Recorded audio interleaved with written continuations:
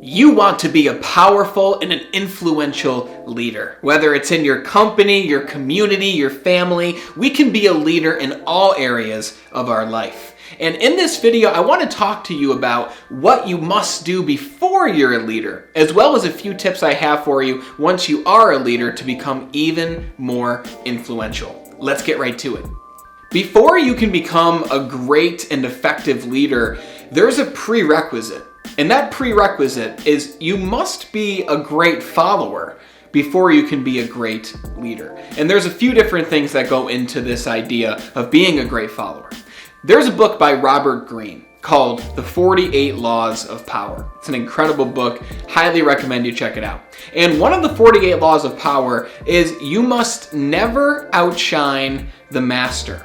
This means that whoever it is that's directly above you, whoever it is that you directly report to, maybe even the person who you want to take the role of, or someone in your life who you want to be doing what they're doing, you can't outshine them in your efforts. And let me explain what I mean. Think of a time in your life when somebody did the same thing as you, but they did a better job than you. And they got all the credit, and they got all the praise and the appreciation and the rewards and the congratulations. How did it make you feel? Even if you have a very low ego in the first place, how did it make you feel to see this other person being celebrated more than you? Now, imagine that this person being celebrated is the person beneath you. Some of you might be saying, well, don't you want the person beneath you to do well? Of course, and that's the sign of a great leader. You are building other leaders underneath you. But most people don't see it that way. And let me give you some words of advice from my own experiences working in a multi-million-dollar sales company for years and years and years. You don't want to outshine the person ahead of you. All of the credit should go to your leader.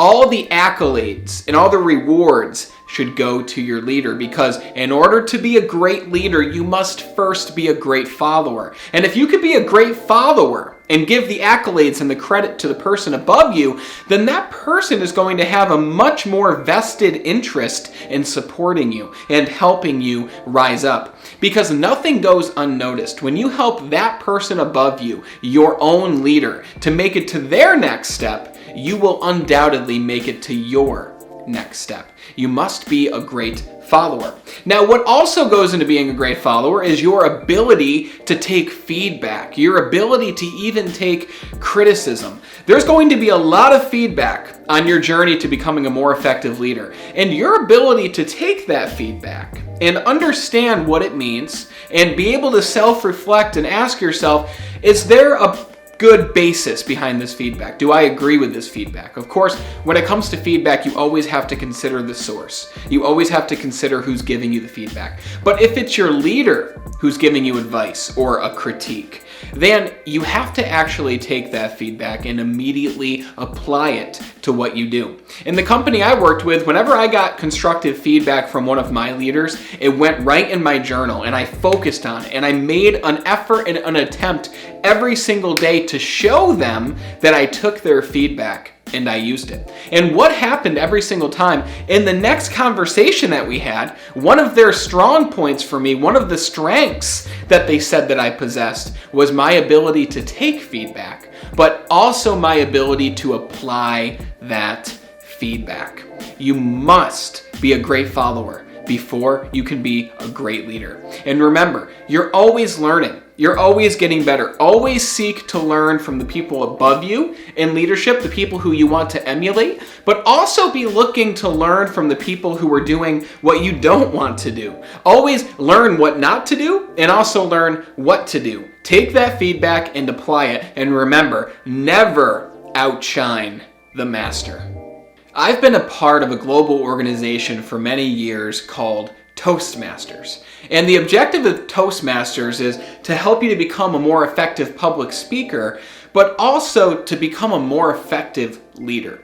And one of my mentors in Toastmasters, his name is Terry. And Terry always preached about something called the servant leader.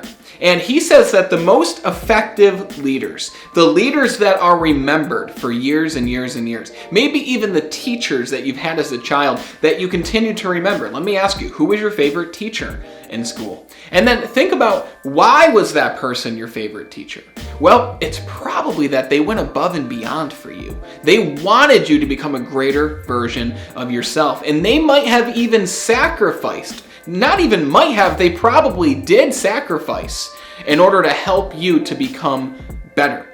And the greatest leaders know that they are there to serve. They are there to make a positive impact on who it is they're leading. They're looking to make the lives of other people just a little bit better. It reminds me of a leader that I had with the sales company that I worked with for many years. He didn't just help me to become a leader. He didn't just help me to sell more and make more money.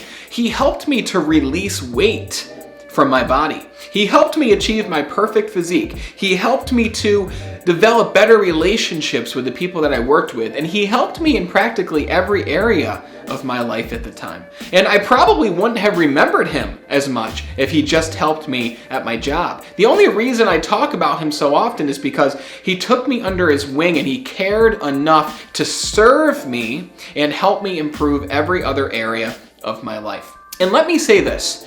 If you want to be a leader inside of a company, but you don't have the role yet, meaning you don't have the title of manager or district manager or leader of whatever sort, whatever position it might be, you have to be what you want to be before you are what you want to have. Let me say that in a slightly different way. You have to be the leadership role that you want before you will be lifted up into that position.